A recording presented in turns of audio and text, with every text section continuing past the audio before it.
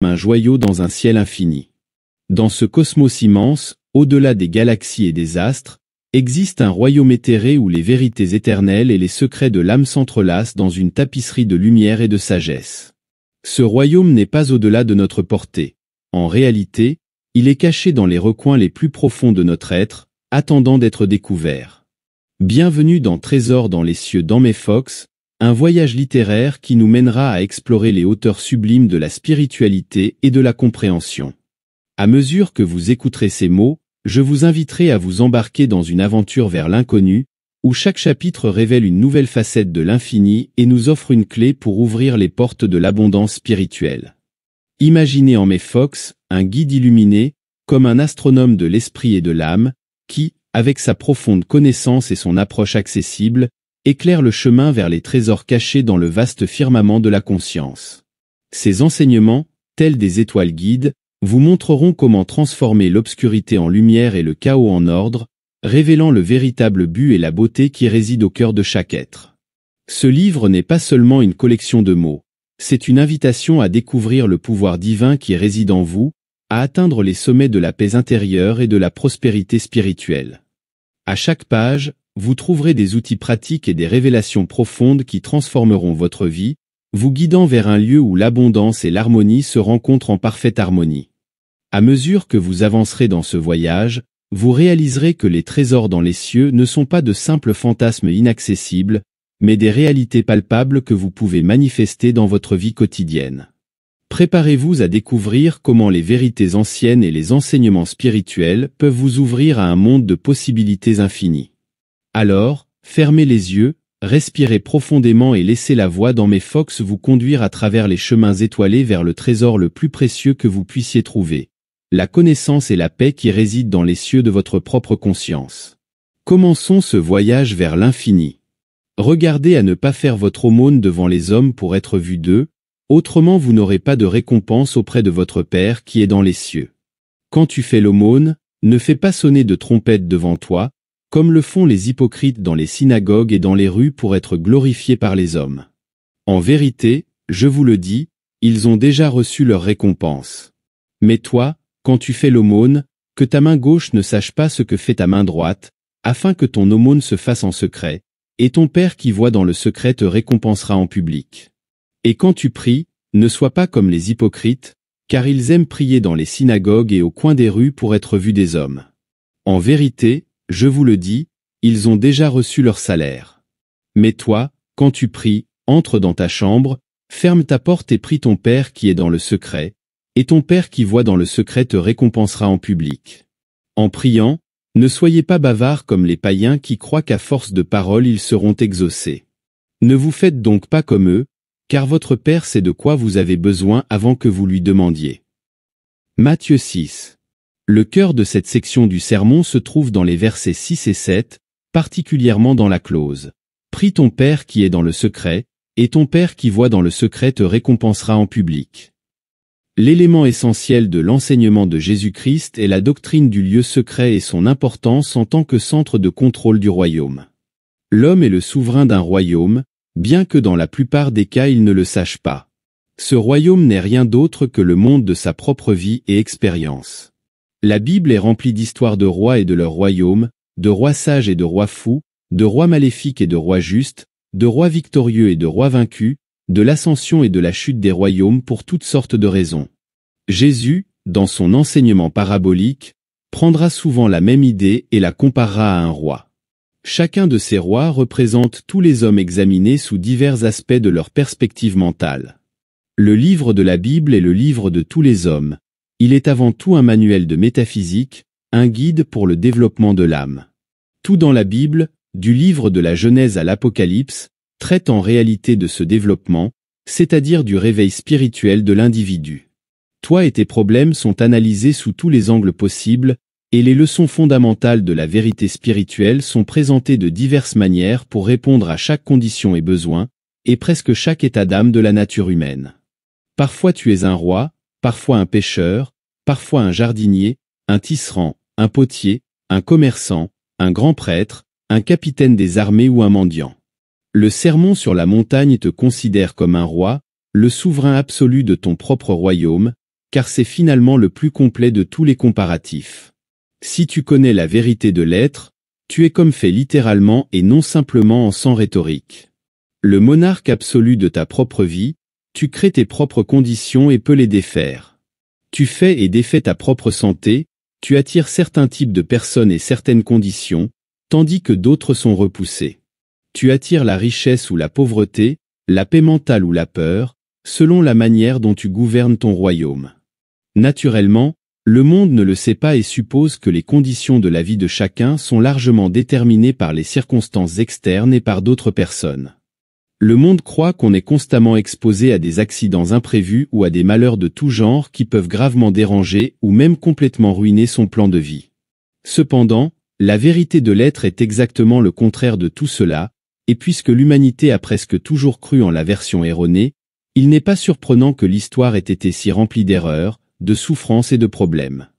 L'effort pour mener à bien toute entreprise sur la base de principes faux, ou pour réaliser un raisonnement à partir d'une série de prémices erronées ne peut être que source de malheur et de confusion.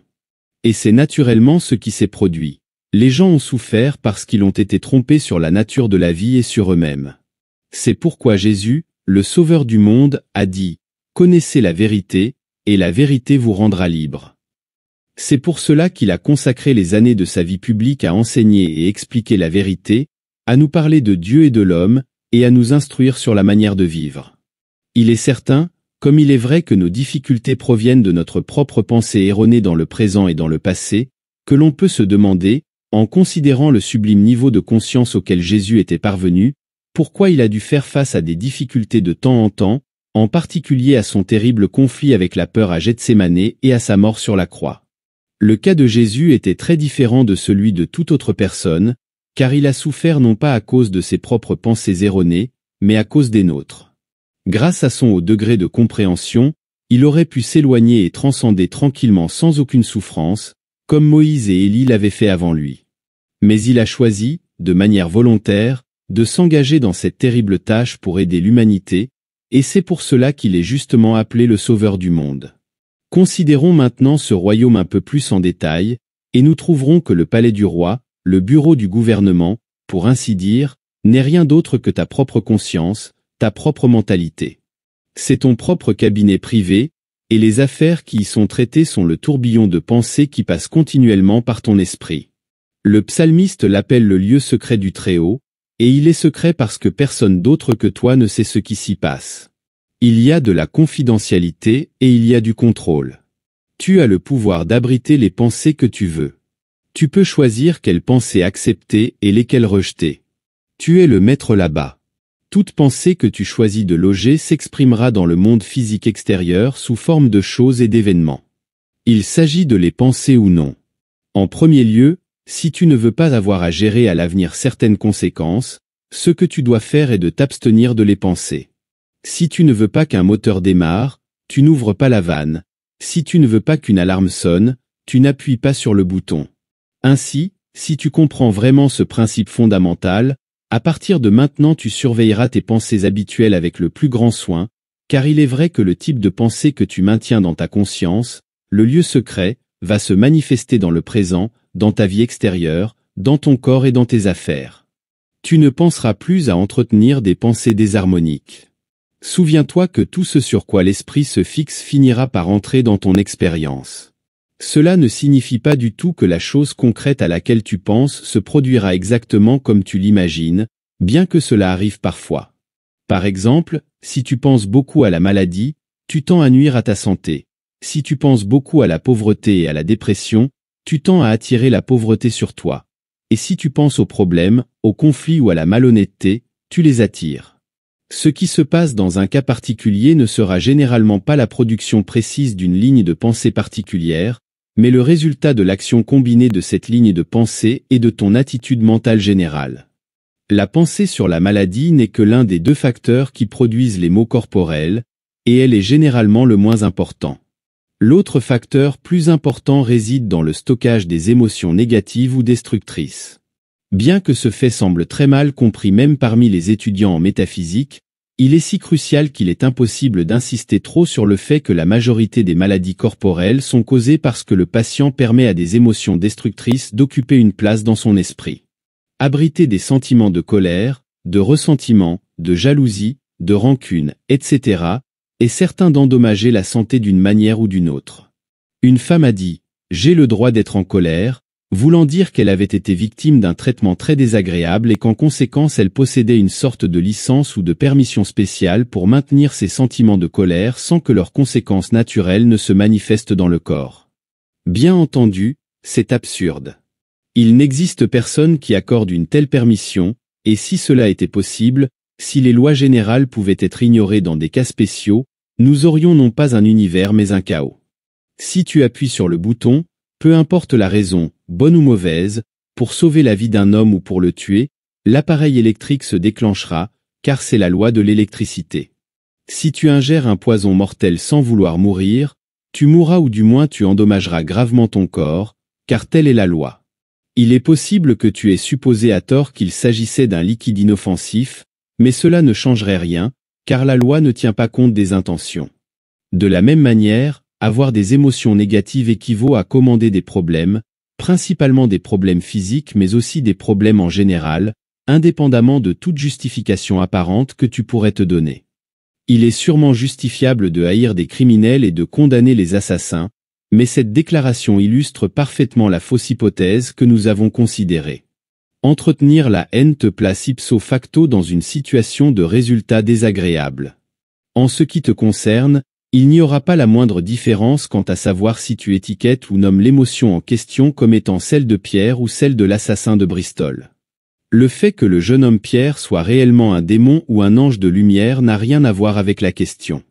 Permettre un sentiment de condamnation envers quiconque, indépendamment de toute question de mérite ou autre concernant l'objet de ta condamnation, entraînera certainement des problèmes pour toi, proportionnels à l'intensité du sentiment que tu entretiens et au nombre de fois ou de minutes que tu y consacres.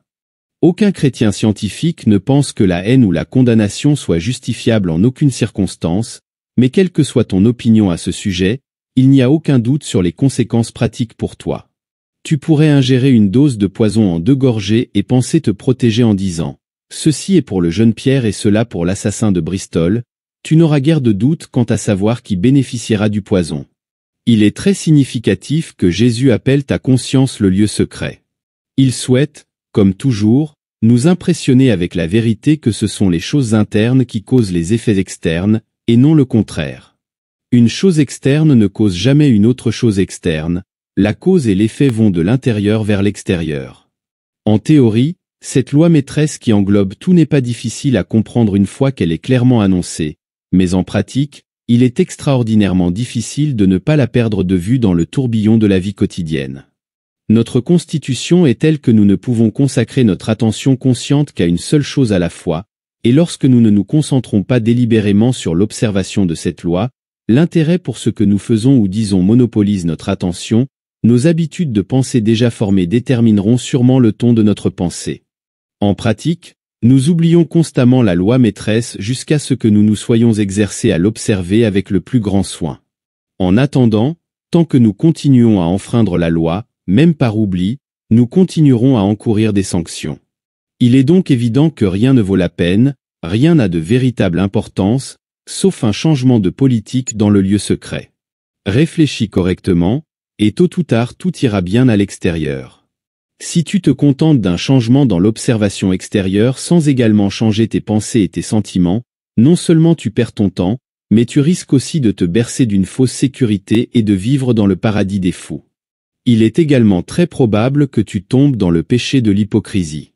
Il est nécessaire de souligner que, depuis des temps immémoriaux, l'humanité a caressé la pathétique illusion que les actes externes, qui sont si faciles, peuvent remplacer un changement intérieur de pensée et de sentiment, qui est si difficile. Il est très facile d'acheter et de porter des vêtements cérémoniels, de répéter des prières par cœur à certains moments, d'utiliser des formes stéréotypées de dévotion, d'assister à des services religieux à des périodes prescrites et de laisser le cœur inchangé. Les pharisiens pouvaient facilement se boucler leurs phylactères, mais la purification du cœur nécessite des heures et des années de prières sincères et autodisciplinées. Un distingué cow-boy a déclaré il y a quelques années Dans ma jeunesse, nous avons cessé de porter le costume distinctif des cow-boys et d'autres usages, car nous nous sommes rendus compte que des personnes qui n'étaient pas vraiment intéressées par nos idéaux de cow-boys se joignaient à nous pour les avantages éducatifs qu'elles pouvaient obtenir pour leurs enfants, ainsi que pour d'autres avantages de notre adhésion. Il était facile de se vêtir en ami, d'acheter et de porter un manteau sans bouton ni col, et d'intercaler dans la conversation une certaine particularité grammaticale, laissant le caractère complètement intact. Les cow-boys ne sont pas les seuls à avoir dû faire face à ce problème. En réalité, ce danger fut le roc sur lequel le puritanisme a finalement fait naufrage. Les puritains ont fini par insister sur une conformité externe en toutes sortes de points non essentiels, imposant des sanctions civiles et parfois pénales pour leur non-respect, même sur des questions auxquelles aucun statut ne pouvait être appliqué. On en est venu à comprendre qu'un certain comportement, un style vestimentaire, l'usage libéral d'une phraséologie artificielle, des pratiques telles que donner à ses enfants des noms extravagants de l'Ancien Testament, constitueraient autant de passeports pour l'ascension dans la vie civile, ecclésiastique et souvent commerciale, comme si ces futilités pouvaient avoir une valeur spirituelle en elles-mêmes, alors qu'elles n'étaient en réalité que la manière la plus simple d'ouvrir un chemin facile à l'orgueil spirituel et à l'hypocrisie manifeste. Il est indéniable que la spiritualisation de la pensée fait que, en pratique, ce qui semblait autrefois important devient maintenant insignifiant et sans intérêt.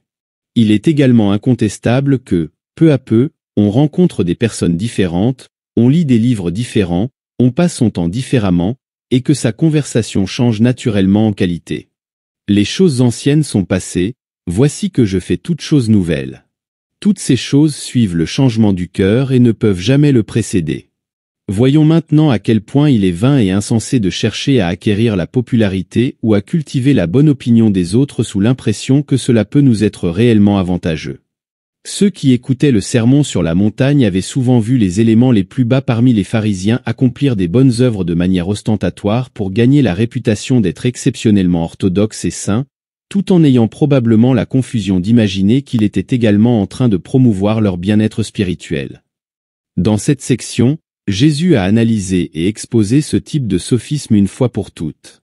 Il affirme que les applaudissements qui suivent les actes extérieurs sont la seule récompense que ces actes apportent et que les résultats qui en valent la peine ne s'obtiennent que dans le lieu secret de la conscience. Si nous prions scientifiquement à notre Père en secret, il nous récompensera ouvertement par une démonstration authentique. Jésus souligne également ici la nécessité de maintenir nos prières vivantes. Il ne sert à rien de se limiter à répéter une phrase mécaniquement comme le fait un perroquet. Les répétitions vaines sont inutiles. En priant, il faut être constamment en quête, se rendant réceptif, non pas négatif mais réceptif à l'inspiration divine. Il n'y a aucune objection à répéter constamment une phrase utile, même sans s'en rendre compte, tant que cela ne devient pas mécanique. Jésus lui-même a répété ces paroles 3 fois au moment de son extrême besoin dans le jardin, Matthieu 26, 44. Si à un moment donné tu sens que tu te noies dans tes prières, arrête-toi, va faire autre chose et reviens plus tard avec l'esprit frais. Votre Père sait de quoi vous avez besoin avant que vous le demandiez. Nous n'avons pas à créer le bien car il existe déjà éternellement dans l'omniprésence de Dieu. Cependant, nous devons le manifester à travers notre propre réalisation personnelle de la vérité.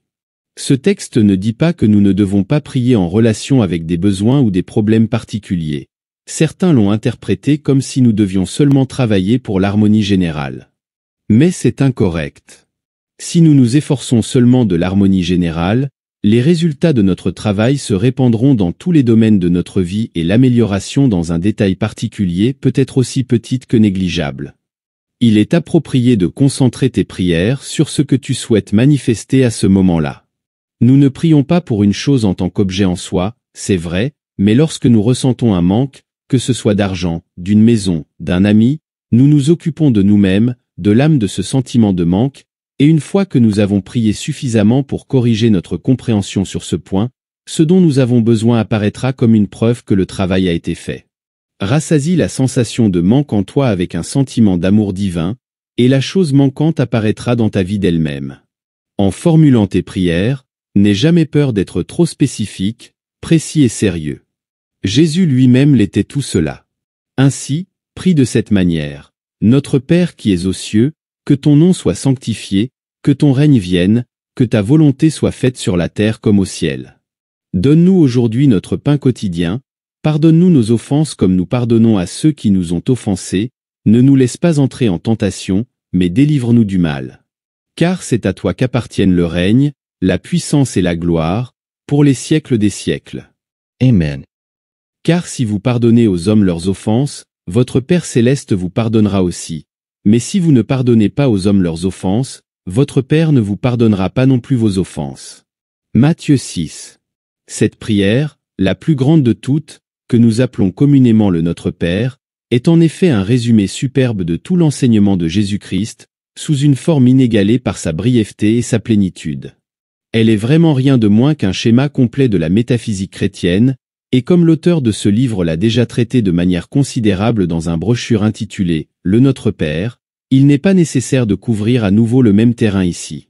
Il suffit de dire que dans ces quelques versets, elle définit la nature de Dieu et de l'homme, explique la véritable relation entre eux, nous dit ce qu'est réellement l'univers et fournit une méthode de développement spirituel rapide pour ceux qui l'utilisent intelligemment chaque jour. Faites attention à l'insistance de Jésus sur la nécessité de pardonner si nous voulons progresser spirituellement.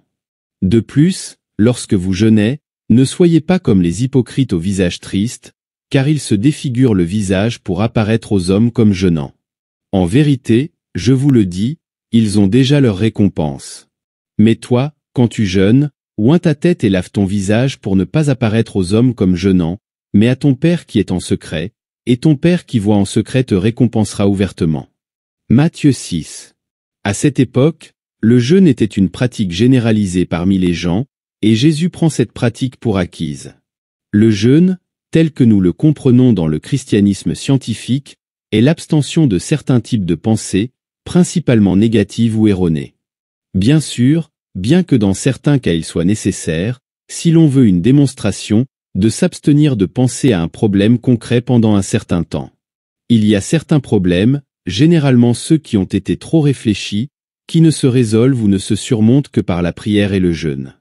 Dans ce cas, il est préférable de traiter le problème de manière définitive et ensuite de le laisser tranquille pendant un certain temps, ou de le céder corporellement à une autre personne pour qu'elle le gère pour vous, après quoi vous devez garder vos pensées complètement éloignées de lui. Le jeûne physique a parfois été utile pour surmonter un problème, surtout ce qu'on appelle une difficulté chronique, lorsqu'il est bien sûr accompagné d'un traitement spirituel. Cela est principalement dû au degré de concentration qui accompagne le jeûne physique. Notez que le verset 18 est essentiellement une répétition du verset 6. Si la Bible se répète de cette manière, c'est une indication qu'un point de première importance est traité. Ne vous amassez pas de trésors sur la terre, où la teigne et la rouille détruisent, et où les voleurs percent et volent. Mais amassez-vous des trésors dans le ciel, où ni la teigne ni la rouille ne détruisent, et où les voleurs ne percent ni ne volent. Car là où est votre trésor, là aussi sera votre cœur. La lumière du corps, c'est l'œil. Si donc ton œil est en bon état, tout ton corps sera rempli de lumière. Mais si ton œil est en mauvais état, tout ton corps sera dans les ténèbres. Si donc la lumière qui est en toi est ténèbres, combien seront grandes ces ténèbres? Matthieu 6. Une fois qu'il a parlé de la nature du lieu secret et a donné la prière ou la réalisation divine comme clé de la vie, Jésus continue de souligner certaines conséquences qui en découlent afin de nous montrer comment nous devons réformer toute notre vie aussi rapidement que possible selon cette nouvelle base. En effet, maintenant que nous comprenons que le plan matériel n'est rien de plus que la réalisation d'une pensée, nous devrions nous rendre compte de la folie de collectionner ou de tenter de collectionner de grandes sommes d'argent, des biens ou des propriétés matérielles de quelque type que ce soit. Si ta conscience est correcte, c'est-à-dire si tu comprends bien Dieu comme la source aimante de ton approvisionnement illimité, tu auras toujours la quantité d'argent ou de biens dont tu as besoin, où que tu sois ou quelles que soient tes conditions. Tu ne manqueras de rien lorsque tu réaliseras vraiment que dans l'esprit divin, la demande et l'approvisionnement sont un. En revanche, tant que tu ne réalises pas cela, tu ne seras jamais vraiment à l'abri du manque.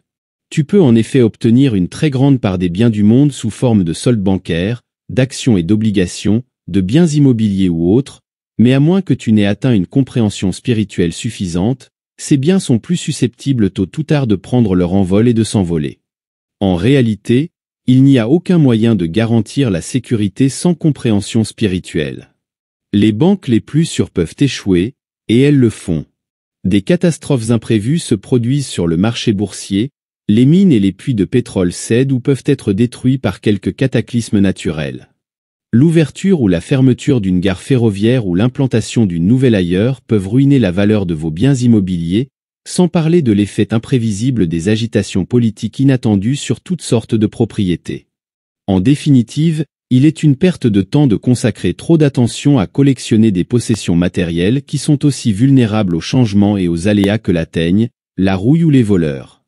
Les personnes qui consacrent une partie raisonnable du temps et de l'attention qu'elles utilisent à la recherche de biens matériels, à la prière et à la méditation scientifique verront leur conscience évoluer, ce qui les mettra hors de portée de ces dangers. Si elles ont une compréhension spirituelle suffisante de l'offre, leurs investissements ne tourneront probablement pas mal.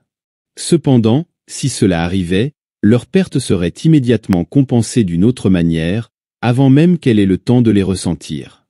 Si, lundi, la banque où était déposée ta fortune faisait faillite, probablement avant la fin de la semaine, tu recevrais d'une autre source une somme d'argent équivalente, ou du moins autant que tu en aurais besoin, si tu avais une compréhension spirituelle suffisante. De toute façon, le propriétaire d'une conscience de prospérité ne peut pas s'appauvrir, ni le propriétaire d'une conscience de pauvreté ne peut s'enrichir durablement. En fin de compte, personne ne peut conserver ce qui ne lui appartient pas par droit de conscience, ni être privé de ce qui lui revient véritablement selon ce même droit suprême. Par conséquent, il est sage de ne pas amasser de trésors sur la terre, mais d'amasser des trésors dans le ciel, c'est-à-dire la compréhension de la loi spirituelle. Si tu cherches le bonheur ou la sécurité dans des choses externes et passagères, tu ne mets pas Dieu en premier dans ta vie. Si tu mets Dieu en premier dans ta vie, tu ne te retrouveras pas à travailler avec une anxiété excessive pour quoi que ce soit, car là où est ton trésor, là aussi sera ton cœur. Continuant dans cette même ligne de pensée plus en détail, Jésus dit que ceux qui sont sur cette nouvelle base doivent être libérés de toutes sortes de petites anxiétés et de soucis qui continuent d'affliger ceux qui ne le sont pas. Par exemple, les questions de régime alimentaire se résoudront d'elles-mêmes si l'on pense correctement. Un adepte de la nouvelle vie n'a pas besoin de surveiller chaque bouchée qu'il prend jusqu'à ce que manger devienne un fardeau. Il se nourrit naturellement et spontanément des aliments ordinaires qui se présentent à lui, sachant que sa pensée correcte habituelle prendra aussi en charge son régime. Si par le passé il avait l'habitude de manger plus que ce qui est bon pour lui, le fait qu'il prie maintenant tous les jours pour la sagesse et la guidance en général le conduirait à manger moins. Ou s'il ne mangeait pas assez, la prière scientifique quotidienne le ferait manger plus jusqu'à atteindre la quantité adéquate. Le même principe s'applique à tous les détails de la vie quotidienne. Si tu pries pour toi-même de la bonne manière chaque jour, tu trouveras que les petites choses de la vie se mettront progressivement en place d'elles-mêmes sans aucun problème de ta part. Compare cela avec la méthode habituelle de traiter chaque chose en organisant séparément 1000 détails insignifiants, et tu comprendras comment la nouvelle base spirituelle te libère. Lorsque ton œil est simple, tout ton corps est rempli de lumière. C'est la synthèse de toute la vérité. En effet, si l'œil est simple, tout le corps de l'expérience sera rempli de lumière. L'œil symbolise la perception spirituelle. Tout ce à quoi tu portes ton attention gouverne ta vie. L'attention est la clé. Ton libre arbitre réside dans la direction de ton attention. Ce à quoi tu portes fermement ton attention entrera dans ta vie et prédominera. Si tu ne diriges pas constamment ton attention sur quelque chose en particulier, et beaucoup de gens ne le font pas, alors rien de particulier n'entrera dans ta vie, sauf l'incertitude et le suspense, tu seras comme une bûche à la dérive. En revanche, si tu portes ton attention sur le monde extérieur des manifestations, qui par nature est continuellement changeant, tu seras voué au malheur, à la pauvreté et à la mauvaise santé. Par contre, si tu diriges ton attention vers Dieu, si la gloire de Dieu est ta priorité et si exprimer sa volonté devient la règle de ta vie, alors ton œil est simple et tout ton corps ou incarnation sera rempli de lumière. Aucun homme ne peut servir deux maîtres, car ou bien il haïra l'un et aimera l'autre, ou bien il s'attachera à l'un et méprisera l'autre. Vous ne pouvez servir Dieu et les richesses. C'est pourquoi je vous dis de ne pas vous inquiéter pour votre vie, de ce que vous mangerez ou boirez, ni pour votre corps, de ce que vous porterez. La vie n'est-elle pas plus que la nourriture, Et le corps plus que le vêtement? Regardez les oiseaux du ciel.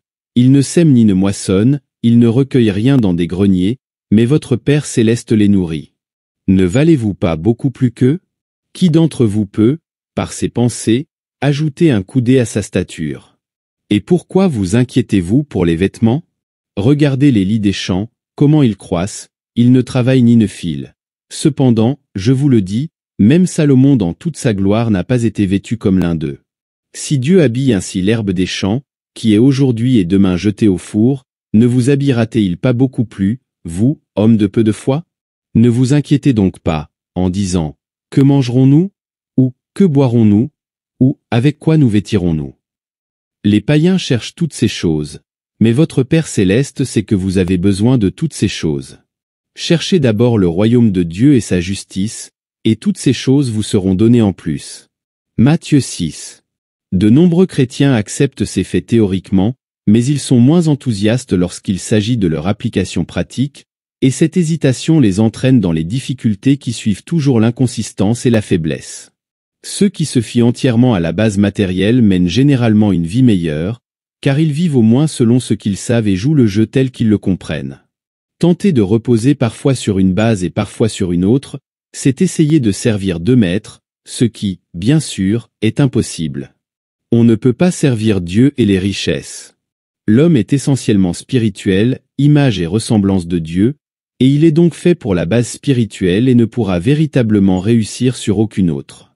Les oiseaux du ciel et les lys des champs offrent une leçon étonnante à l'homme dans leur complète adaptation aux lois de leurs plans respectifs. Ils expriment entièrement leur véritable nature sans connaître les préoccupations et les anxiétés qui déforment tant de vies humaines. Les lys auxquels il est fait référence sont les magnifiques coquelicots sauvages de l'Orient, et quiconque a vu un champ de coquelicots se balançant avec la brise appréciera le sentiment de détente, de liberté et de joie que Jésus avait en tête comme notre véritable droit de naissance. Il ne voulait naturellement pas dire que vous, en tant qu'être humain, devriez copier littéralement la vie ou les méthodes des oiseaux ou des fleurs, car vous êtes infiniment plus élevé que dans l'échelle de la création. Ce qu'il veut dire, c'est que vous devez vous adapter à votre élément comme ils le font avec le leur. Votre véritable élément est la présence de Dieu. Augustin a dit, « Tu nous as fait pour toi, et notre cœur est inquiet jusqu'à ce qu'il repose en toi. » En acceptant la vérité que, dans Dieu, nous vivons aussi complètement et incontestablement que les oiseaux ou les fleurs acceptent la vérité de leurs conditions, notre vie prendra le chemin pour lequel nous avons été conçus. Celui qui serait assez imprudent pour prendre ces magnifiques comparaisons au sens littéral plutôt qu'au sens spirituel et se coucher, supposons, dans un champ parmi les coquelicots en attendant que Dieu fasse un miracle spectaculaire en sa faveur, apprendrait bientôt par expérience que ce n'est pas la voie à suivre. En possédant des facultés infiniment supérieures à celles des royaumes végétal ou animal, il convient d'explorer la sagesse et la gloire de ces derniers en restant constant et actif dans son propre royaume, celui de la prière et de la méditation. La base spirituelle ne signifie pas travailler comme et quand on le souhaite, mais intensifier l'activité, mais sur le plan spirituel et non matériel. C'est seulement ainsi qu'on peut dire qu'on cherche d'abord le royaume des cieux, et à partir de là, toutes les choses nécessaires seront trouvées. Si vous êtes très préoccupé, confus ou découragé, c'est le moment de vous allonger mentalement parmi les coquelicots et de lire la Bible ou de prier doucement mais persistante jusqu'à ce que quelque chose se passe, que ce soit quelque chose en vous ou dans le panorama extérieur.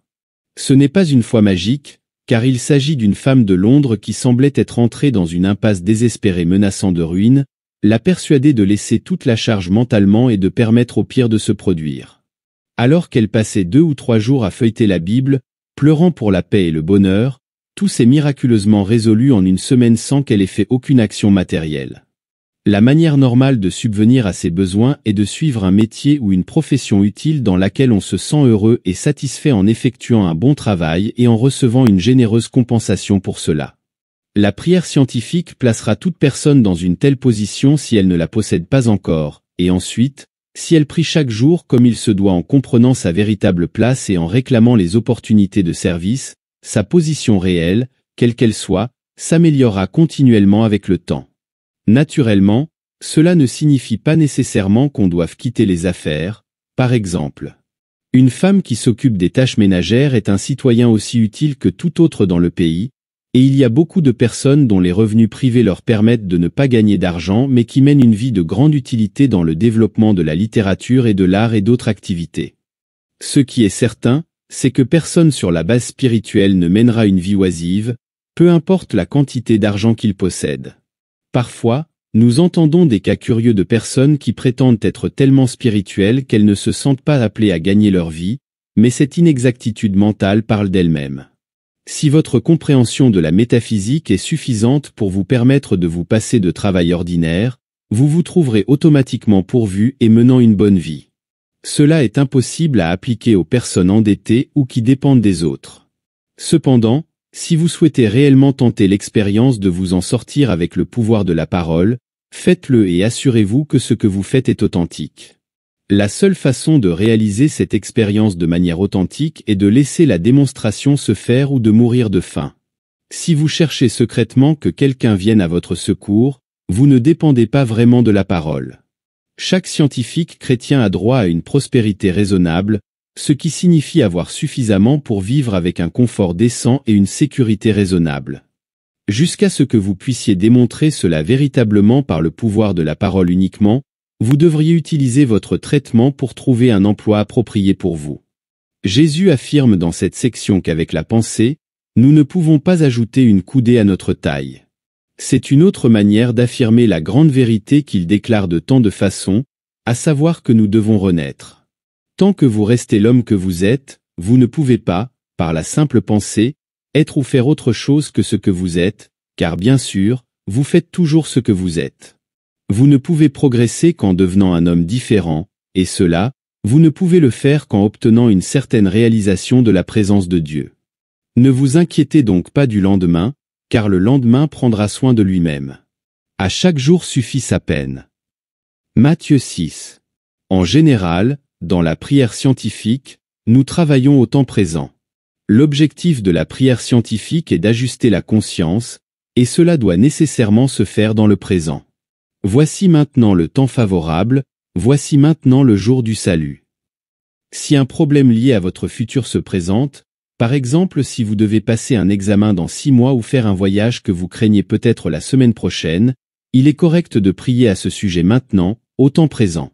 Ne laissez pas le moment venir, mais travaillez dessus maintenant, c'est-à-dire travailler sur votre propre conscience à ce sujet, et au temps présent.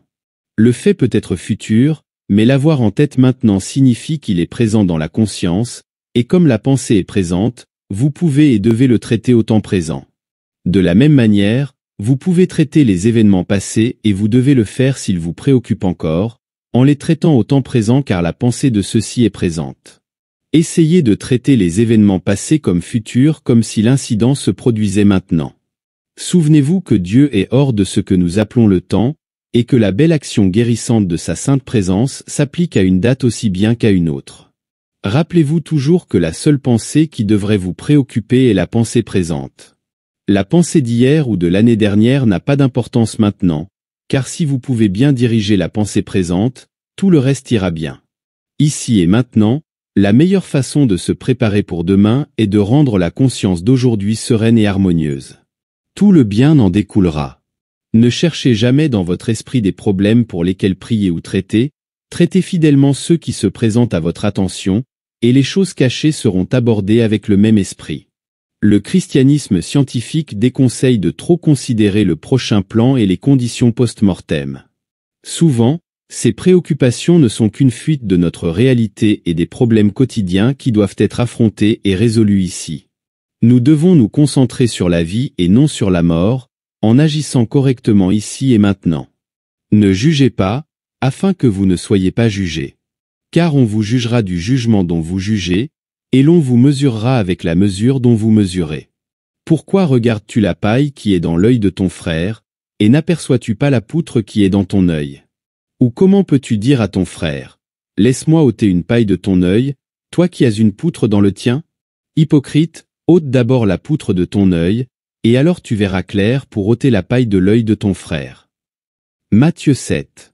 Cette section du sermon sur la montagne se compose de 5 courts versets et de seulement une centaine de mots, et pourtant il ne serait pas exagéré de dire que c'est le document le plus étonnant jamais présenté à l'humanité au cours de son histoire.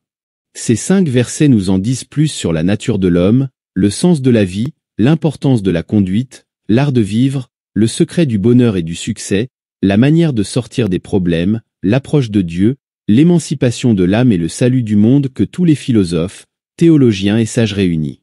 Car ils expliquent la grande loi.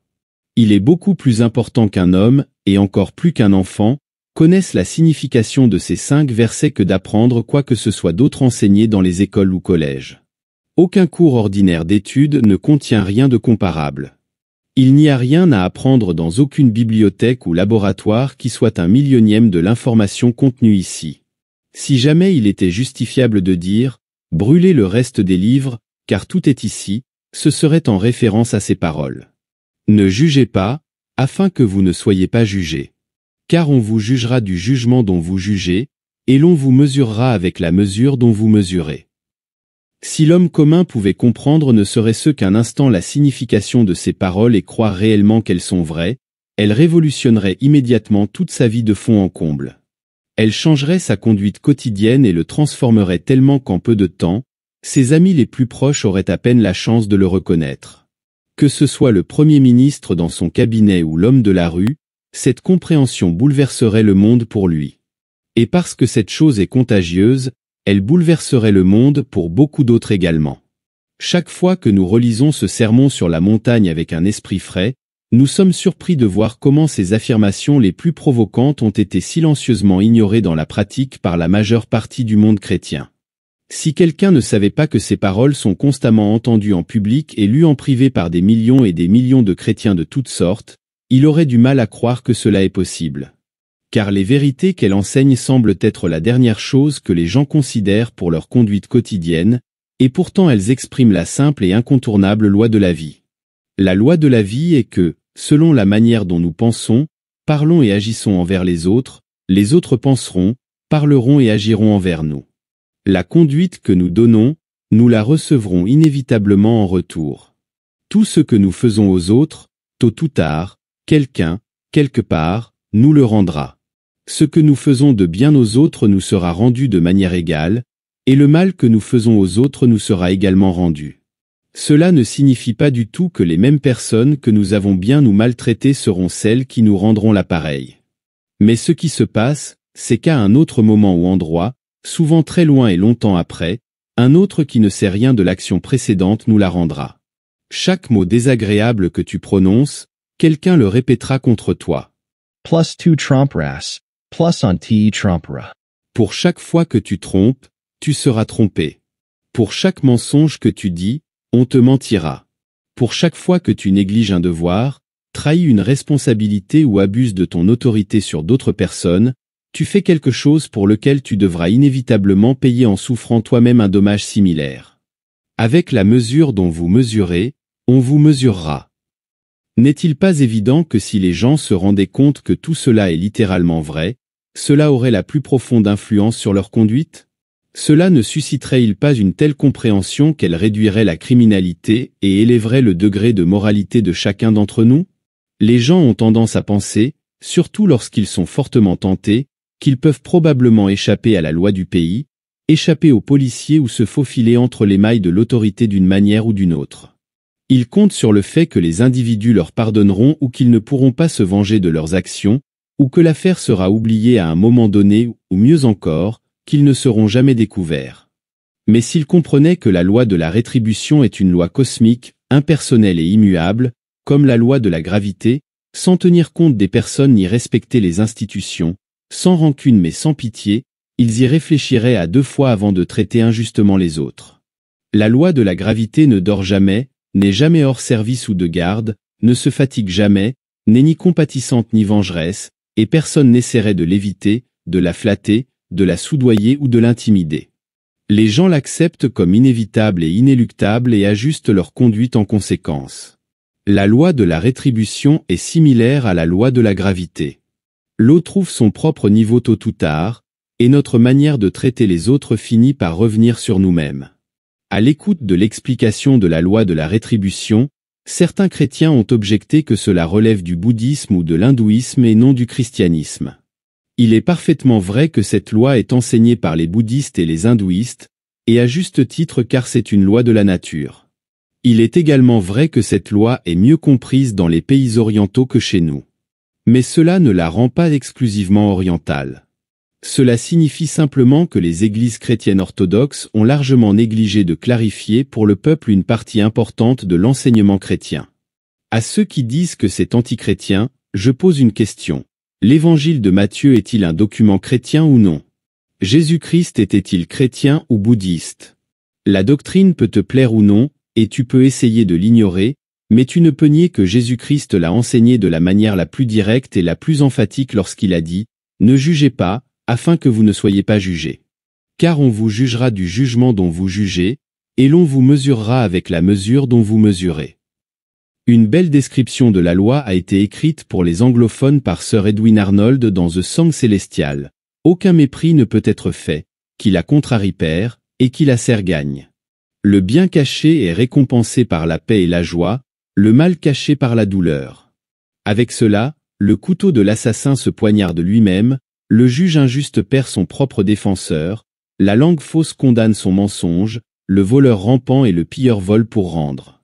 Partout on voit et on marque, tout fait le bien, tout récompense le mal. La même rétribution doit se faire, même si le dharma tarde longtemps. Voyons maintenant qu'il est préférable de ne rien faire à personne que nous ne voudrions pas qu'on nous fasse. Car c'est ce qui arrivera, surtout si nous maltraitons quelqu'un qui est en notre pouvoir. Cependant, c'est une loi qui fonctionne dans les deux sens, donc il est également vrai que pour chaque bonne action que tu fais, pour chaque mot aimable que tu dis, tu recevras de la même manière à un moment ou à un autre un équivalent. Souvent, les gens se plaignent de l'ingratitude de ceux à qui ils ont rendu service, mais cette plainte montre une fausse attitude mentale qui doit être corrigée. Si tu te sens blessé parce que quelqu'un a été ingrat envers ta gentillesse, cela démontre que tu recherchais la gratitude, et c'est une grande erreur. Il est de notre devoir d'aider les autres dans la mesure où nous pouvons le faire sagement, étant un acte d'amour envers le prochain. Depuis lors, l'amour ne cherchera pas à obtenir quelque chose en retour et avoir accompli son devoir doit être sa propre récompense. En demandant de la gratitude, on oblige l'autre personne à ressentir quelque chose qu'elle n'a peut-être pas, et elle le percevra probablement inconsciemment et s'en ressentira fortement, car cela est hautement répugnant pour la nature humaine. Fais ton acte de bonté et puis passe à autre chose sans attendre ni désirer de reconnaissance personnelle. N'est-ce pas une pensée belle et encourageante que toutes les prières que tu as faites dans ta vie, toutes les bonnes actions et les paroles aimables dont tu as été responsable restent avec toi et que rien ne peut te les enlever? En effet, nos prières, nos paroles et nos actes de bonté envers les autres sont les seules choses que nous conservons, car tout le reste doit disparaître. Les fautes de pensée, de parole et d'action sont réglées et satisfaites sous la loi, mais le bien continue pour toujours sans que le temps ne le modifie. Ceux qui étudient le christianisme scientifique et comprennent le pouvoir de la pensée comprendront que c'est ici, dans le domaine de la pensée, que la loi trouve sa véritable application et verront que ce qui importe finalement, c'est de maintenir ses pensées justes sur les autres ainsi que sur soi-même. La pensée juste sur Dieu, la pensée juste sur le prochain et la pensée juste sur soi-même sont la loi. En sachant que la maîtrise se trouve dans le lieu secret, c'est là qu'ils concentreront leur attention. En observant le commandement de ne pas juger, dans le christianisme scientifique, la règle d'or est de penser aux autres comme tu aimerais qu'ils pensent à toi. Compte tenu des connaissances que nous possédons maintenant, l'accomplissement de cette règle devient un devoir solennel, mais plus encore, c'est une dette vitale d'honneur. Cette dette d'honneur est une obligation qui ne peut être exécutée par la loi, mais qui dépend de l'honneur et du respect de soi-même du débiteur. De même, puisque personne ne peut savoir ou prouver comment nous pensons, nous ne sommes responsables de nos pensées devant aucun tribunal, sauf devant le plus haut de tous, le tribunal qui ne se trompe jamais et dont les jugements ne sont jamais esquivés. L'étudiant, après avoir acquis une compréhension de ce qu'est la grande loi et de son fonctionnement, tel que résumé de manière si merveilleuse par Jésus dans cette section, est en position de faire le grand pas suivant et de comprendre comment il est possible de s'élever au-dessus même de la grande loi au nom du Christ. Le terme Christ dans la Bible n'est pas identique à Jésus, l'individu, il s'agit d'un terme technique qui peut être défini brièvement comme la vérité spirituelle absolue sur toute chose. Eh bien, connaître cette vérité sur toute personne, condition ou circonstance guérit immédiatement cette personne dans la mesure où cette vérité est réalisée par le penseur.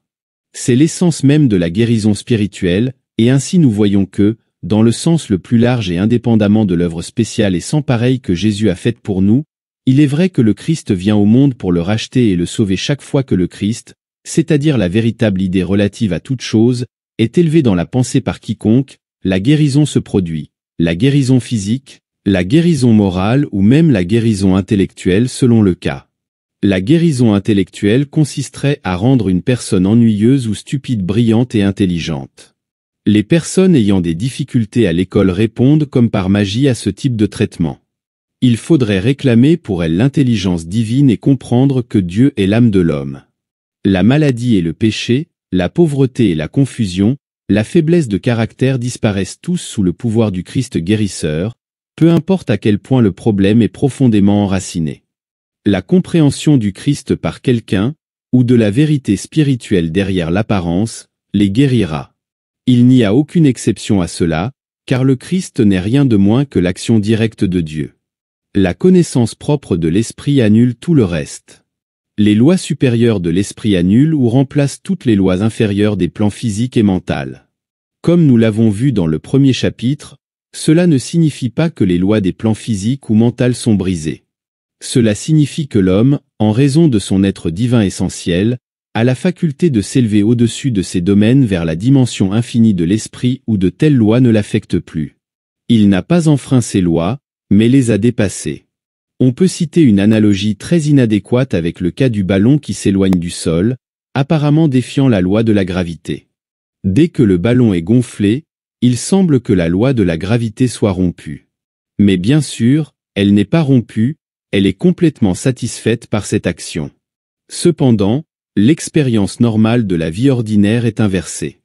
Or, la loi du karma, qui ne fait exception de personne et n'oublie rien, est en réalité une loi qui n'agit que pour la matière et l'esprit, pas pour l'âme. Ici, tout est parfait et éternel, un bien immuable. Il n'y a pas de mauvais karma à récolter, car aucun ne peut être semé.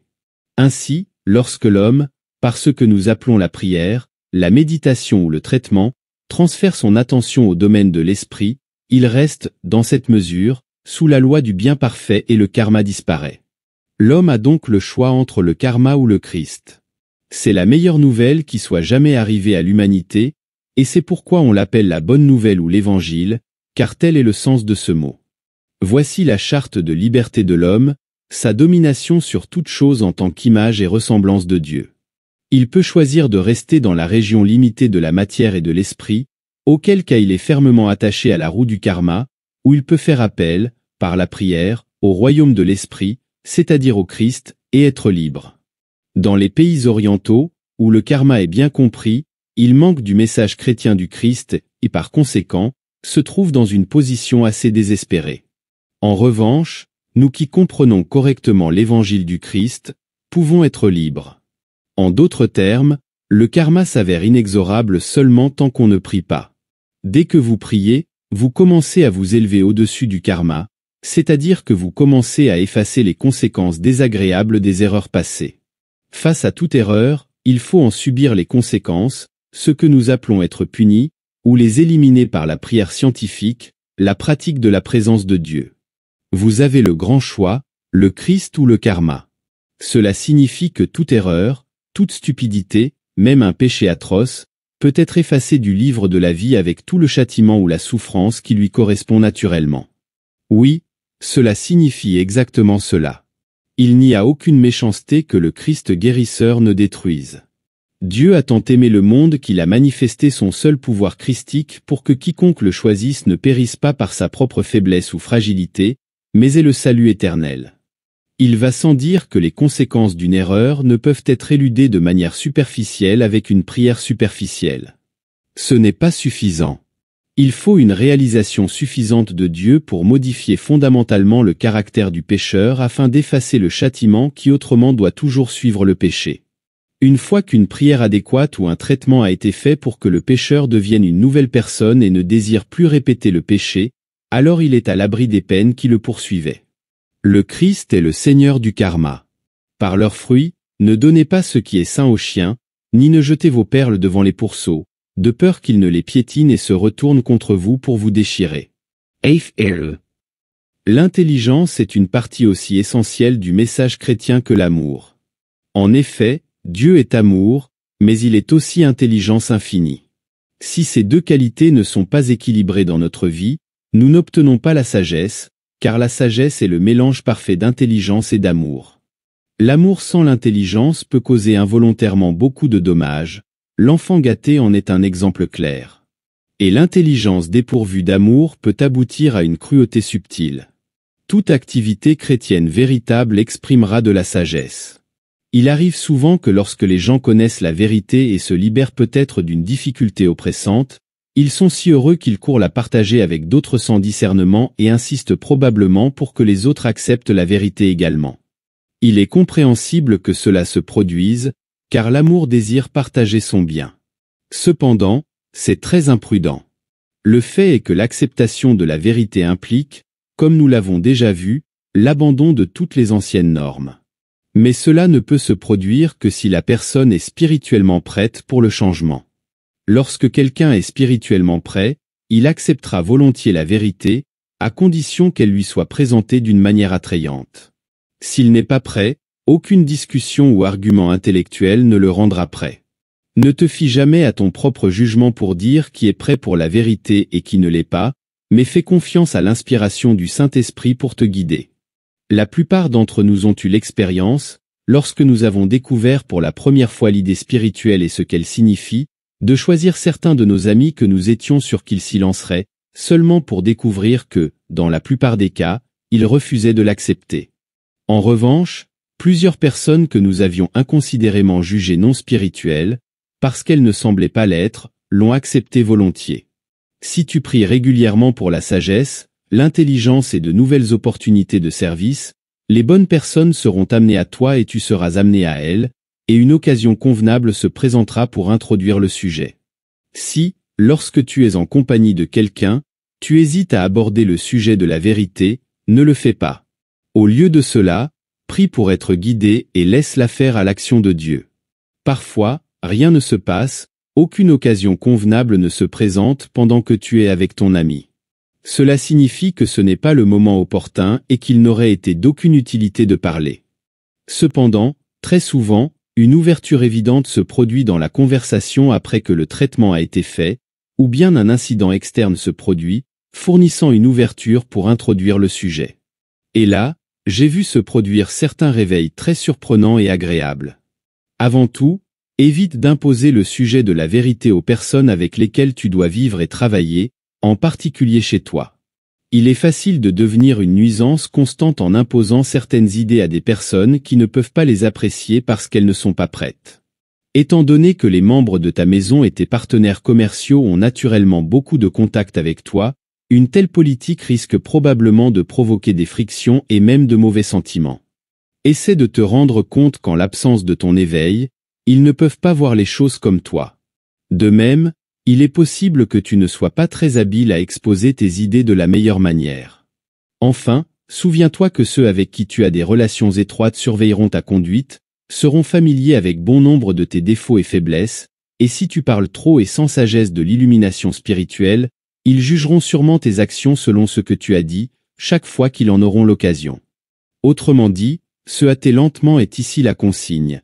Cela n'aidera en rien à la diffusion de la vérité. Le fait d'avoir la réputation d'être un maniaque ou un ennuyeux ne sera d'aucune aide. La manière la plus rapide de la diffuser est de devenir un exemple vivant des bénéfices d'avoir trouvé la vérité. Alors les gens remarqueront le changement en vous et, en voyant comment votre santé s'améliore et votre vie prospère, ils viendront d'eux-mêmes vous suppliant de partager votre secret. Ils n'auront pas besoin d'être invités à boire les eaux de la vie. Lorsque vous souhaitez présenter la vérité à une personne en particulier ou à un groupe de personnes, il est approprié de vous préparer en suivant un traitement quotidien pendant plusieurs jours, ou mieux encore, pendant 1 ou 2 semaines. Il est nécessaire de travailler pour l'intelligence, l'amour et surtout pour la sagesse, qui, comme nous l'avons vu, est la juste union des deux autres. Demandez que l'action de Dieu vous fasse dire ce qu'il faut au moment venu et qu'elle dote également votre auditeur ou vos auditeurs des mêmes qualités. Ne vous inquiétez pas le moins du monde du résultat de la discussion. Exprimez la vérité et laissez-la faire son effet. Les résultats obtenus après quelques jours de préparation spirituelle de ce genre ont tendance à vous surprendre. Demandez, et il vous sera donné. Cherchez, et vous trouverez. Frappez, et il vous sera ouvert. Car quiconque demande reçoit, et celui qui cherche trouve, et à celui qui frappe, il sera ouvert. Ou quel homme parmi vous, s'il demande du pain à son fils, lui donnera une pierre? Ou s'il demande un poisson, lui donnera un serpent? Si donc vous, qui êtes mauvais, savez donner de bonnes choses à vos enfants, combien plus votre Père Céleste donnera-t-il de bonnes choses à ceux qui les lui demandent? Matthieu, c'était le passage merveilleux où Jésus énonce la vérité fondamentale de la paternité de Dieu. On peut appeler cette vérité fondamentale ainsi parce qu'elle est la pierre angulaire sur laquelle repose toute la structure de la véritable religion. Avant que les hommes ne puissent comprendre la signification de la paternité de Dieu et ce que cela implique, ils pouvaient à peine avoir une expérience religieuse satisfaisante. Tant que les hommes croyaient en plusieurs dieux, une expérience religieuse solide était impossible, car toute expérience religieuse authentique est une quête de l'union consciente avec le Un. Plusieurs dieux devaient nécessairement être des dieux de la limitation, et comme ils étaient toujours et obligatoirement présentés en conflit entre eux, une telle croyance ne pouvait mener qu'à une pensée chaotique. Ceux qui avaient surmonté cette idée pour arriver au concept du Dieu unique ouvraient continuaient de le concevoir presque universellement comme une sorte de roi tyrannique oriental ou de sultan qui possédait et gouvernait l'homme avec une main de fer. De nombreux écrits de l'Ancien Testament dépeignent Dieu comme un despote très jaloux, vengeur et cruel, un sultan qu'il est presque impossible de satisfaire, qui est implacable dans sa colère et ensuite indiscriminé dans sa vengeance. Il semble n'avoir en commun avec l'humanité que ce que les hommes ont avec les animaux, en fait beaucoup moins, car nous concevons que nous partageons de nombreuses limitations des créatures inférieures dans une susceptibilité commune à la souffrance, la faim et la mort. Ce point de vue oriental du Dieu sultan était en réalité celui soutenu par de nombreux chrétiens orthodoxes sincères jusqu'à une époque très récente. Un écrivain moderne et ingénieux a comparé ce Dieu à un certain milliardaire anglais qui possède un zoo privé près de Londres comme passe-temps personnel. Le zoo est constitué de créatures qui existent uniquement pour l'intérêt et le plaisir de leurs propriétaires.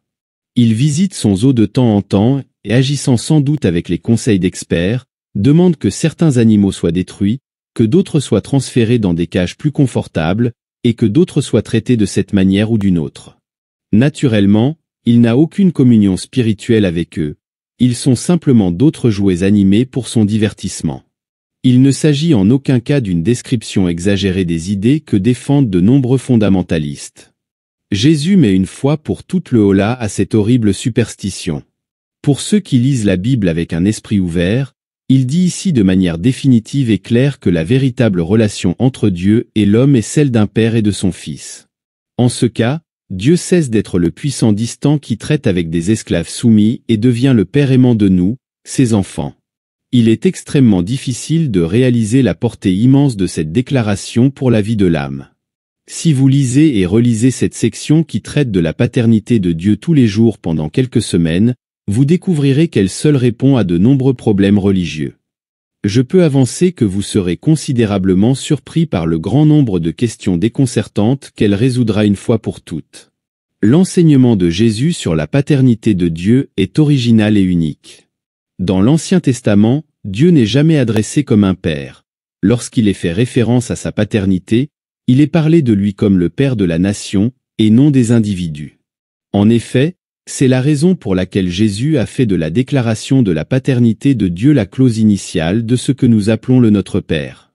Cela explique, par exemple, la déclaration incroyable du Genèse selon laquelle l'homme est à l'image et à la ressemblance de Dieu.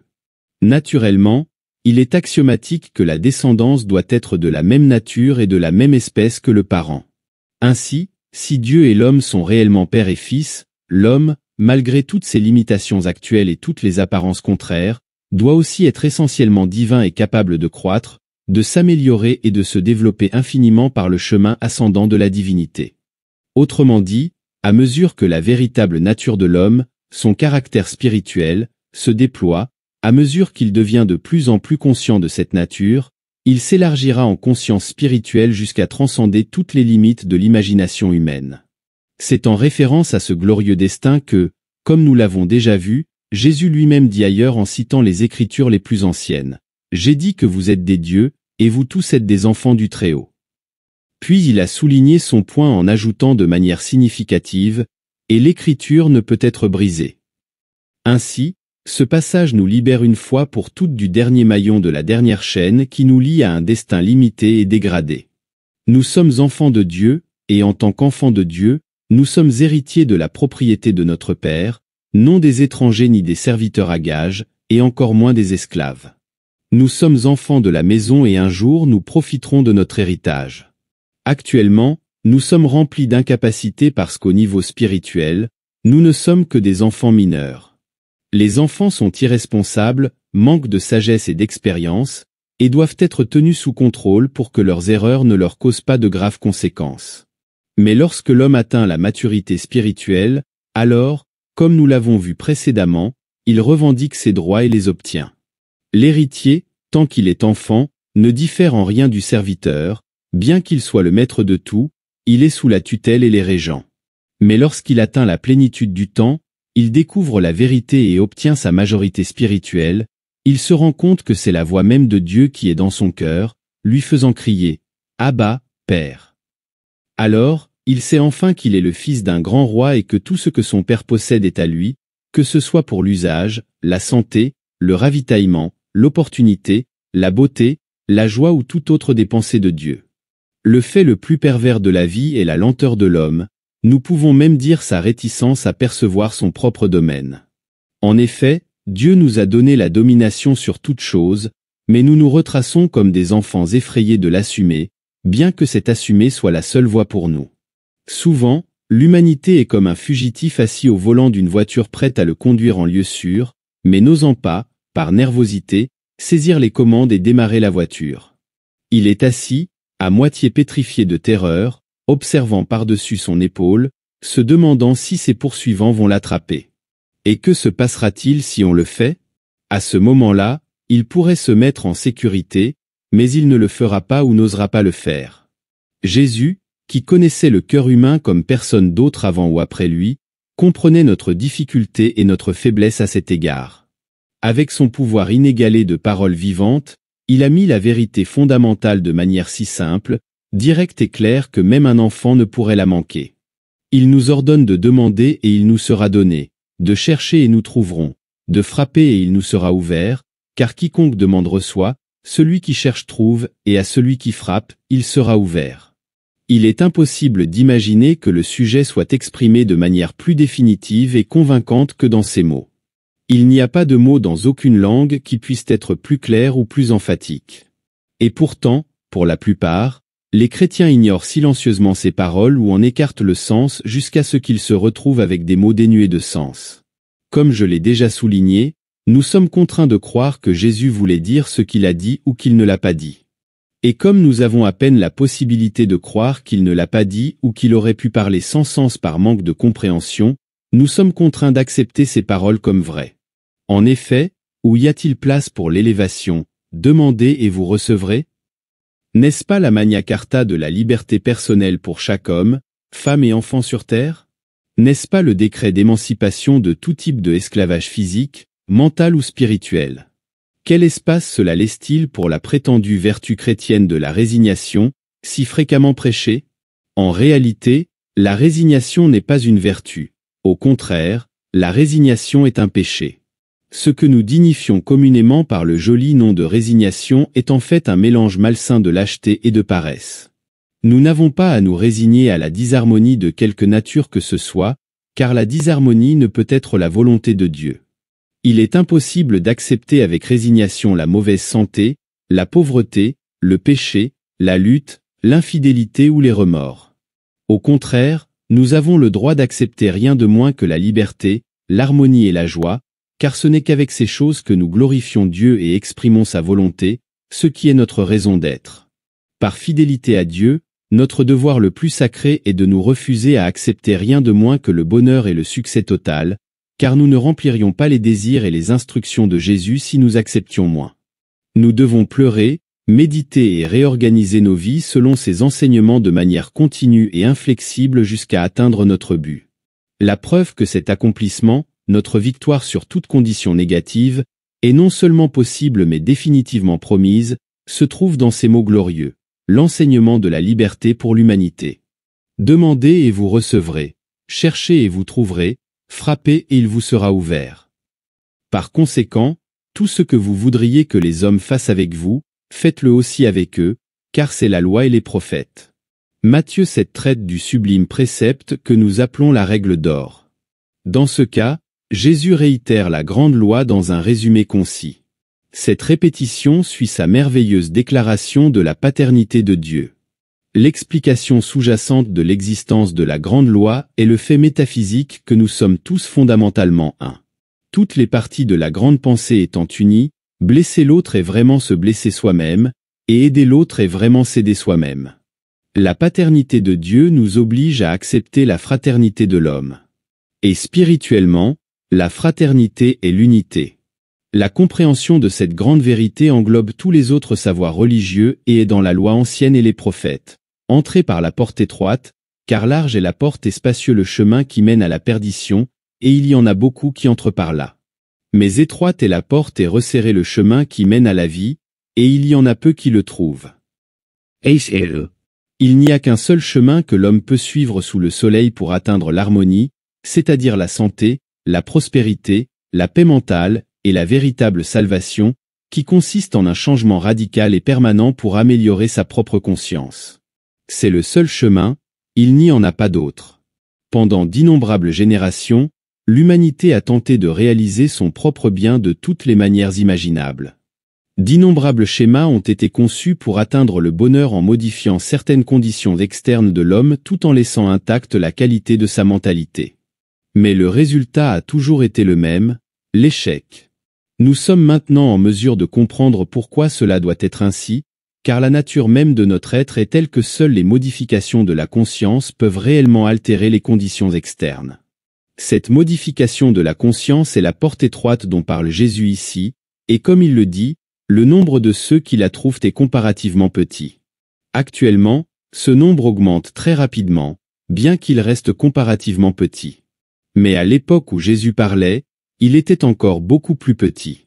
Ce concept selon lequel ce qui importe est la propre conscience, car votre propre concept est ce que vous voyez, Jésus l'appelle le chemin de la vie. En revanche, toutes les autres doctrines ne sont que des chemins larges menant à la destruction ou à la déception. Alors pourquoi l'homme est-il si réticent, apparemment, à essayer de changer sa conscience? Pourquoi semble-t-il préférer essayer presque n'importe quel autre moyen, aussi ardu ou même farfelu soit-il? Tout au long de l'histoire, tous les chemins concevables pour atteindre la salvation de l'humanité ont été tentés, et bien sûr, tous ont échoué. Cependant, l'homme essaie rarement le chemin étroit, à moins d'être poussé individuellement par une pression irrésistible. C'est parce que, comme nous l'avons déjà vu, le changement de conscience est réellement un travail très difficile qui exige une vigilance constante et incessante, et une rupture des habitudes mentales qui sera assurément très inconfortable pendant un certain temps. Étant donné que l'homme est par nature paresseux, il a toujours tendance à prendre la voie de moindre résistance, et par conséquent, dans ce domaine comme dans d'autres questions mineures, il n'atteint les principes fondamentaux que lorsqu'il est contraint de le faire.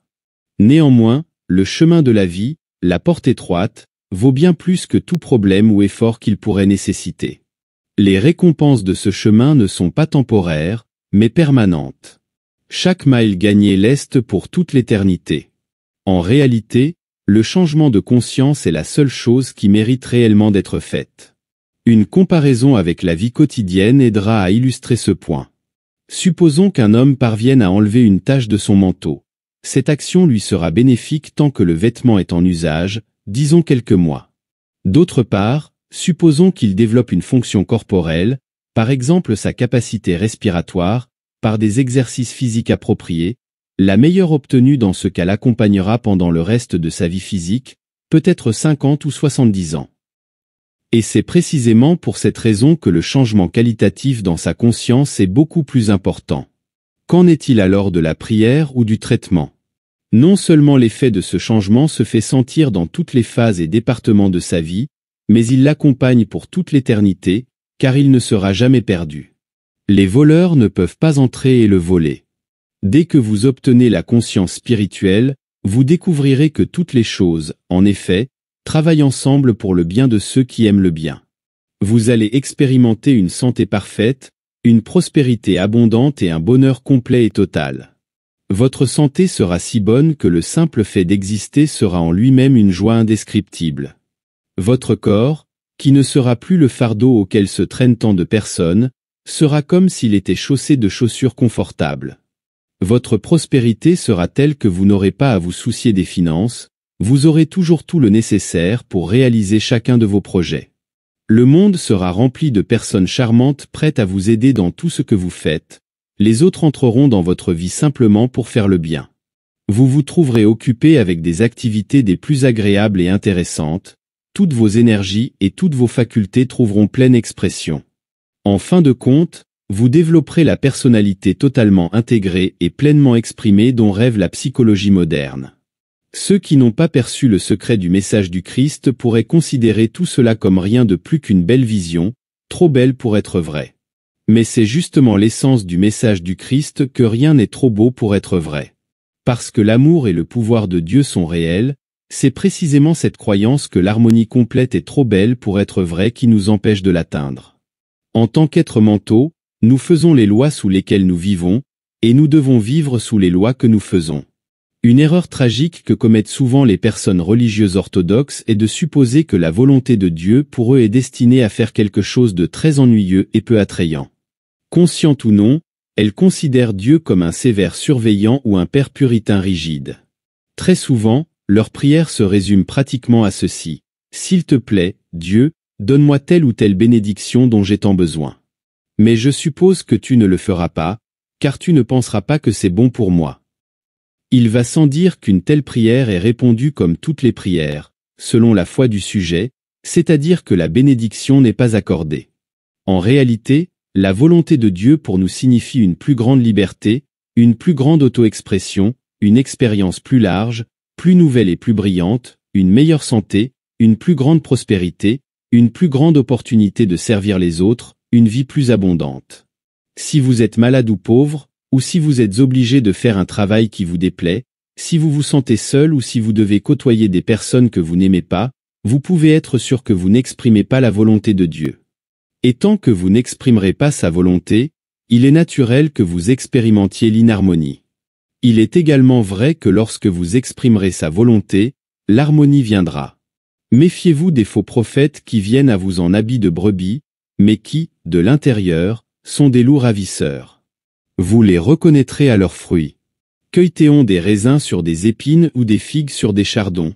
Ainsi, tout bon arbre donne de bons fruits, mais l'arbre corrompu donne des fruits mauvais. Un arbre bon ne peut pas donner de mauvais fruits, ni un arbre corrompu donner de bons fruits. Tout arbre qui ne donne pas de fruits est coupé et jeté au feu. Ainsi, vous les reconnaîtrez à leurs fruits. Matthieu 7. Existe-t-il un moyen infaillible pour que l'homme découvre la vérité sur Dieu, sur la vie et sur lui-même? Y a-t-il un moyen de déterminer par soi-même quelle est la véritable religion et laquelle ne l'est pas, quelles sont les églises authentiques et quelles sont les fausses, quels livres ou maîtres enseignent la vérité et quels sont dans l'erreur? Combien de chercheurs de la vérité, confus et préoccupés par la babelle de théologie conflictuelle et de sectes en lutte, ont ardemment désiré une preuve simple permettant au chercheur honnête de découvrir par lui-même ce qu'est la vérité. En réalité, il n'existe qu'un seul chrétien sincère qui ne s'efforcerait pas de suivre les désirs de Jésus-Christ s'il pouvait découvrir quels sont les véritables enseignements parmi les diverses personnes et églises prétendant être les seules à représenter l'enseignement véritable, tout en étant en désaccord entre elles sur des points essentiels tant théoriques que pratiques, et étant toutes remplies d'incohérences. Si l'homme se retrouvait réellement sans une simple preuve pratique de la vérité religieuse, il serait sans aucun doute dans une triste situation. Mais heureusement, ce n'est pas le cas. Jésus, le maître le plus profond mais en même temps le plus simple et pratique que le monde ait connu, a fourni cette nécessité et nous a donné une preuve de la vérité totalement simple et universellement applicable. Il s'agit d'une preuve que tout homme, femme de n'importe quel type et en n'importe quel lieu peut appliquer facilement. Elle est aussi simple et directe que le test de l'acide pour l'or. C'est la question simple, cela fonctionne-t-il? Cette preuve est si étonnamment simple que la plupart des personnes intelligentes l'ont négligée comme si elle ne méritait pas d'être considérée, oubliant que toutes les grandes choses élémentaires de la vie sont simples. Une histoire vraie se révèle toujours cohérente lorsqu'elle est examinée à fond, tandis que le mensonge le plus plausible s'effondre quelque part s'il est suffisamment étudié. La vérité guérit le corps, purifie l'âme, réforme le pécheur, résout les difficultés, apaise les conflits. De cela, il découle que selon Jésus, l'enseignement véritable se prouvera automatiquement par la démonstration pratique. Ils expulseront les démons, parleront en de nouvelles langues, prendront des serpents, boiront sans danger ce qui est mortel et imposeront les mains aux malades et les guériront. Au contraire, l'enseignement erroné, aussi attrayant qu'il puisse paraître, quel que soit le prestige social ou académique qui lui soit attribué, ne fera aucune de ces choses ou aucune d'entre elles, et en n'étant pas à la hauteur de la preuve, il doit être condamné. Ces promoteurs sont de faux prophètes vêtus de la peau de brebis de la véritable religion, mais bien qu'ils soient généralement parfaitement sincères dans leurs affirmations et prétentions, ils se mettent encore entre le chercheur et la vérité salvatrice, et sont donc, malgré leurs bonnes intentions, des loups spirituels. Vous les reconnaîtrez à leurs fruits. Puisque nous comprenons clairement qu'une démonstration réussie est la preuve, nous n'avons plus d'excuses pour nous écarter du chemin. Il se peut que notre progrès sur le chemin soit, pour une raison ou une autre, relativement lent, mais nous serons au moins capables de rester sur le chemin. Nous saurons toujours si nous avons quitté le chemin, car les manifestations cesseront. Pour la plupart des gens, il est particulièrement difficile de se manifester dans certaines directions alors qu'ils ont peu de difficultés dans d'autres. Cela est à prévoir et signifie simplement qu'il faut travailler davantage dans certaines directions que dans d'autres. Cependant, si vous ne obtenez aucune démonstration réelle dans aucune direction, cela signifie que vous avez quitté le chemin et que vous ne priez plus correctement. Vous devez revenir immédiatement, en affirmant que l'intelligence divine vous inspire et que vous exprimez la vérité. Si vous faites cela, vous ne souffrirez aucun dommage, même si la période improductive semble durer un certain temps. En revanche, si vous agissez comme les pharisiens et au lieu d'admettre franchement votre erreur, vous vous complaisez dans l'auto-justification, alors vous rencontrerez des difficultés. Et si, comme certains égarés, vous dites « Je ne fais pas de démonstration, mais je ne souhaite pas le faire, car je suis trop spirituel, je suis au-dessus des démonstrations, je suis trop avancé pour ce genre de choses, ou peut-être, je fais des démonstrations de façon que vous ne pouvez pas voir. » Alors non seulement vous dites des absurdités, mais vous faites quelque chose de très proche de la blasphème contre la propre sagesse divine. Et qu'est-ce que cela sinon le péché contre l'esprit? La véritable raison de désirer les démonstrations est qu'elles sont la preuve de la compréhension. La compréhension sans démonstration n'existe pas, comme à l'intérieur, ainsi à l'extérieur, comme à l'extérieur, ainsi à l'intérieur. Si vous voulez savoir comment vous êtes réellement sur le plan spirituel, regardez autour de vous, en commençant par le corps. Dans l'âme, il ne peut y avoir rien qui ne se manifeste tôt ou tard à l'extérieur, et rien à l'extérieur qui ne trouve une certaine correspondance à l'intérieur, que ce soit la preuve de votre propre âme, la preuve d'un maître, d'un livre ou d'une église. Cette preuve est toujours simple, directe et infaillible. Cela fonctionne. Quels sont les fruits? Vous les reconnaîtrez à leurs fruits. Car ce n'est pas tout celui qui me dit « Seigneur, Seigneur », qui entrera dans le royaume des cieux, mais celui qui fait la volonté de mon Père qui est dans les cieux. Beaucoup me diront ce jour-là, « Seigneur, Seigneur, n'avons-nous pas prophétisé en ton nom, chassé des démons en ton nom, fait de nombreux miracles en ton nom ?» Alors je leur dirai, « Je ne vous ai jamais connus. Écartez-vous de moi, vous qui commettez l'iniquité. » Matthieu 7.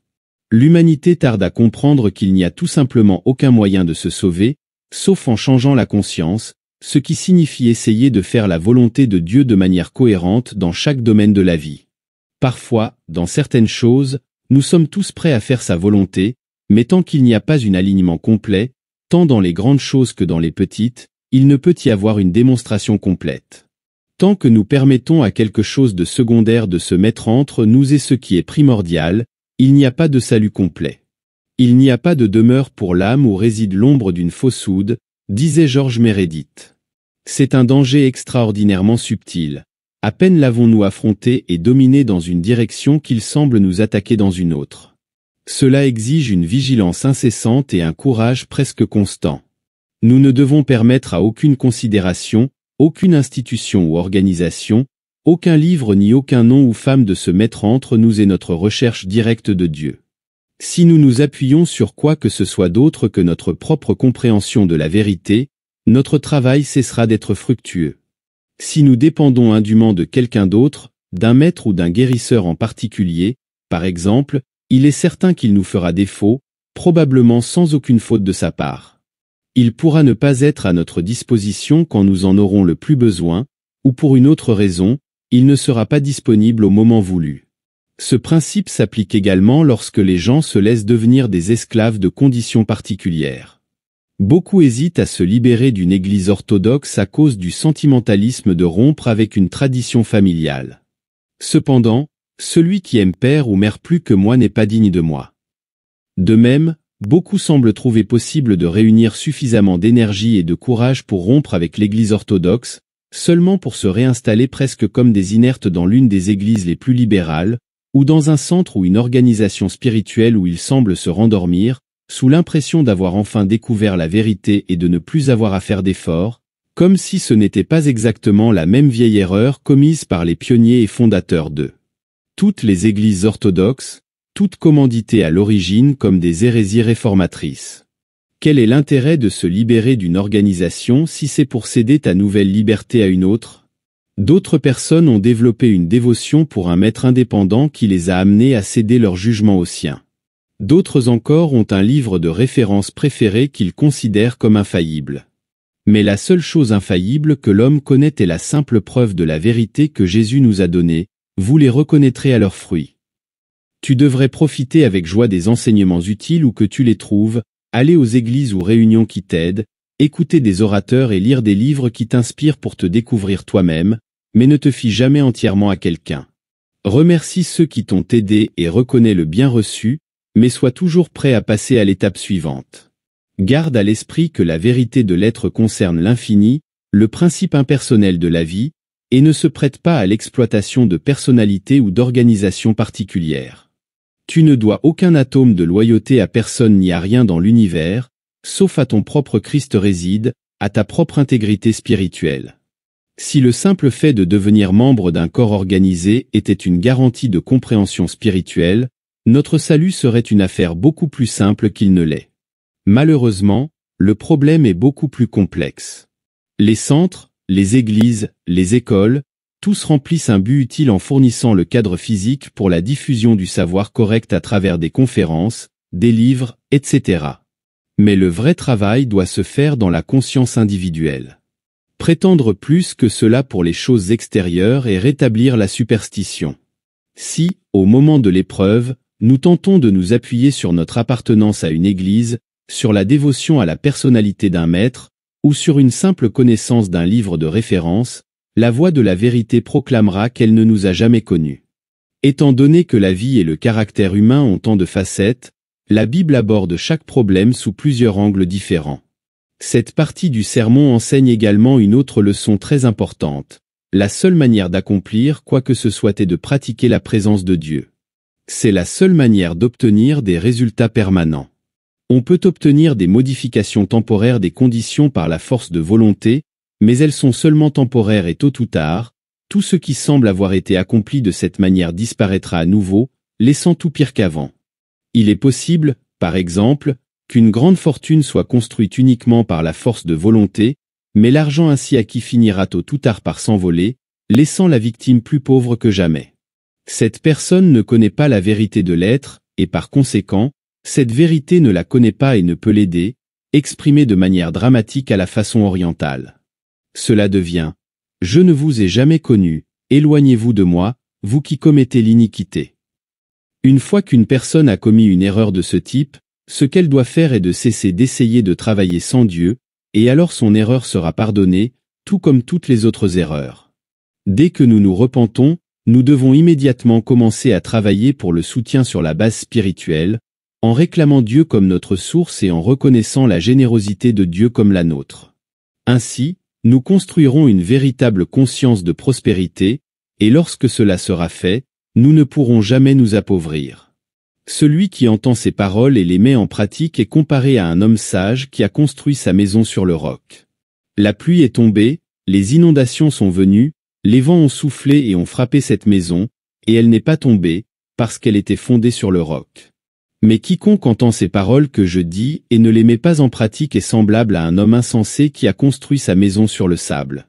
La pluie est tombée, les inondations sont venues, les vents ont soufflé et ont frappé cette maison, et elle est tombée, et sa chute a été grande. Le sermon se termine par l'une de ces illustrations qui, par leur simplicité, leur franchise et leur pouvoir graphique, n'ont d'égal que dans l'enseignement de Jésus. Nul ne peut oublier cette parabole des deux maisons. Elle nous avertit encore une fois de la vanité des préceptes sans la pratique, du danger mortel pour ceux qui connaissent la vérité sans essayer honnêtement de la mettre en pratique. On pourrait presque dire qu'il vaut mieux ne jamais avoir entendu parler de la vérité que de la connaître et ne pas essayer de la vivre. Pour l'âme humaine, l'un des symboles les plus anciens et les plus importants est celui d'un bâtiment, parfois une habitation et parfois un temple, dont la construction est à la charge de l'homme. Le constructeur est un personnage aussi familier dans la tradition ésotérique que le berger, le pêcheur ou le roi, comme nous l'avons vu dans une section précédente. Le premier pas que doit faire le constructeur d'une maison est de choisir des fondations solides, car sans elles, peu importe à quel point le bâtiment est habilement et consciencieusement construit, il s'effondrera au premier coup de tempête grave.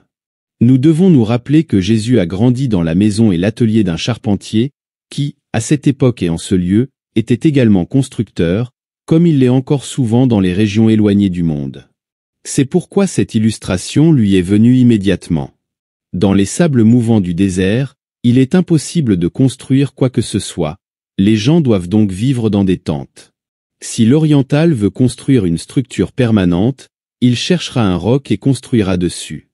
Maintenant, le roc est l'un des termes bibliques pour le Christ, et l'implication est très évidente. La vérité du Christ est le seul fondement sur lequel nous pouvons construire le temple de l'âme régénérée en toute sécurité. C'est la seule chose existante qui est absolument vraie, qui ne varie jamais, qui ne change jamais, la même hier, aujourd'hui et toujours. En nous appuyant sur ce fondement, nous resterons en sécurité lorsque les vents, les pluies et les inondations de l'erreur, de la peur, des doutes et des autoreproches nous frapperont, et ils ne le feront jamais avec une telle force car nous sommes fondés sur le roc.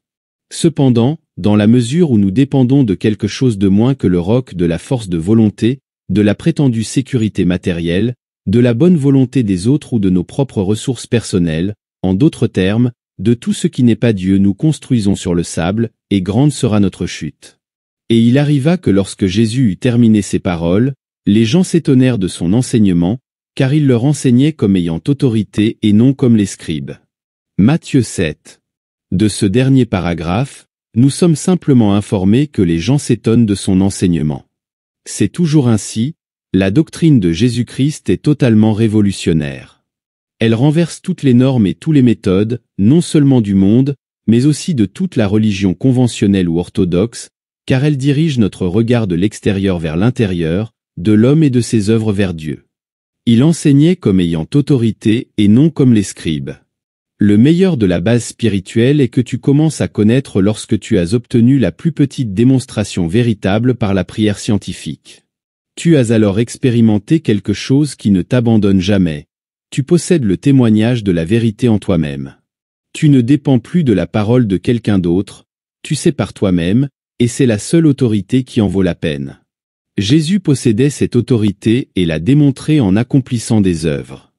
Dans le chapitre suivant de Matthieu, nous apprenons qu'immédiatement après le dernier discours de ce sermon sur la montagne, en fait sur le chemin du retour vers la ville, il guérit instantanément un lépreux. Par là, il a démontré que ces doctrines n'étaient pas de simples théories, et il l'a démontré amplement. Pour conclure, je tiens à souligner que lorsque Jésus était en contact direct avec Dieu, en parlant, il prononçait la parole de pouvoir.